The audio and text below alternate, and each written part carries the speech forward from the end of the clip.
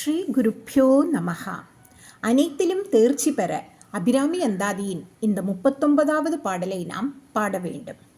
ஆளுகை குன்றன் அடி தாமரைகள் உண்டந்தகன் பால் மீளுகை குன்றன் விழியின் கடையுண்டு மேலிவற்றின் மூளுகை கென்குறை நின்குறையே என்று முப்புறங்கள் மாளுகை கம்பு தொடுத்தவிழான் பங்கில் வாழ்நுதலே.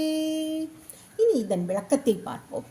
ஆளுகை குந்தன் அடித்தாமரைகள் உண்டு என்று பட்டர் சொல்கிறார். பட்டரை நல்வழிப்படுத்தி ஆட்கொண்ட அபிராமியின் அடித்தாமரைகள் உண்டு. அதே சமயம் அபிராமியின் அடித்தாமரைகளில் சரணடைந்த காரணத்தினால் பட்டர் இந்த உலகையே வசப்படுத்தினார். அந்த நிலையும் அபிராமியின் திருவடியின் மூலமே கிடைத்தது என்று பட்டர் கூறுகிறார். அந்தகன் பால் மீளுகைக்கு உன்றன் விழியின் கடையுண்டு என்று பட்டர் கூறுகிறார். அதன் பொருள் அந்தகன் என்றால் பார்வையற்றவன், அழிப்பவன் என பல பொருள்கள் கொள்ளலாம்.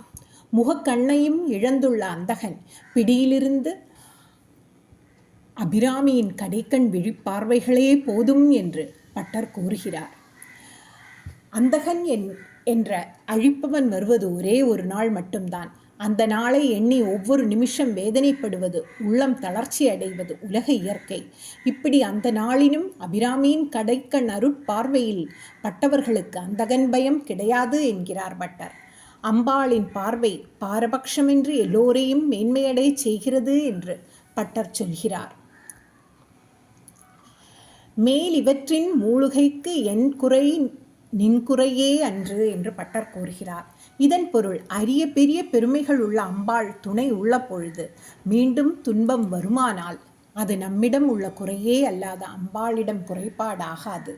மூழுதல் என்றால் உண்டாதல், தீ மூழுதல் மாதிரி குறை மூழுதல் என்று பட்டர் விவரிக்கிறார்.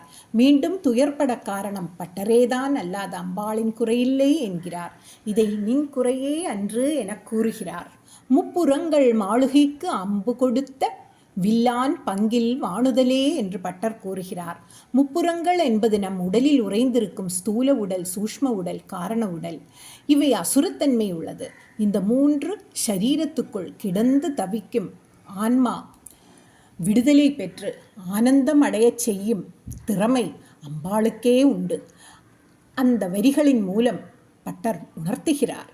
ஆகவே கர்ம வினைகள் நீங்கி ஜீவன் கடைத்தேற அம்பாளின் கடைக்கண் பார்வைக்கு ஆட்பட வேண்டும் என்பதே இப்பாடலின் பொருளாகும். ஸ்ரீ அபிராமி அம்மன் திருவடிகளே சரணம்.